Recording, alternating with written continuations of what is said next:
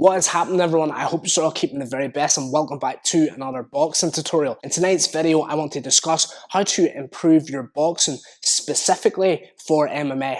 Now, if you have really good boxing and you decide to do MMA, it's going to be a huge advantage. We are starting to see some great boxing examples in the UFC and MMA in general. I've been watching a lot of Ilia Topuria and his boxing, and I'm super impressed. Now, there's a couple of differences, not massive differences, but just small things that I believe are different from boxing for boxing and boxing for MMA. So let's get into the video. Taking your head off center line versus head movement for boxing. Now, what's the difference? Okay, if I have really good head movement in boxing, will that be a disadvantage in MMA?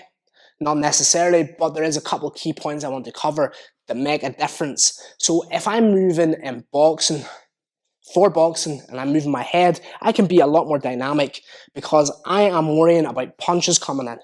You know, uppercuts, left hooks, right hands, and that's really my main focus. So I can be a lot more dynamic with my head movement. I can move my head more explosive.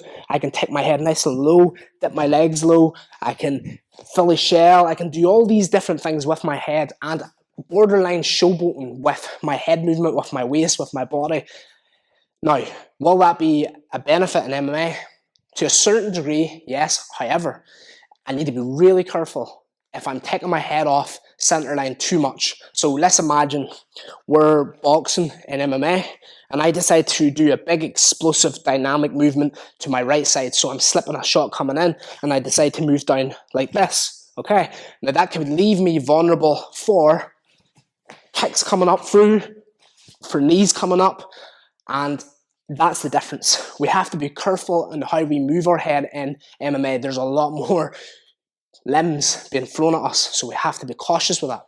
Taking your head off center line is different than boxing head movement. I can be more dynamic in boxing, but in MMA I have to be a bit more cautious because of the different factors and limbs that are going to be thrown at me. So taking your head off center line, what do I mean by that? So I'm here, I'm mixed martial art, depending on whatever my stance may be.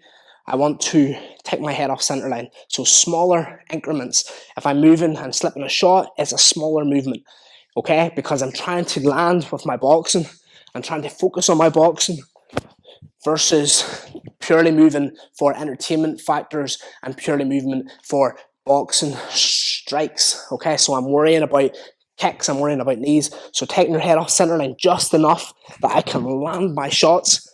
And you've seen Ilia Topuria being a great example of that, taking his head off center line just enough that he can land his big shots. And it's these small tips that will make a massive difference in your striking, specifically boxing striking for mixed martial arts.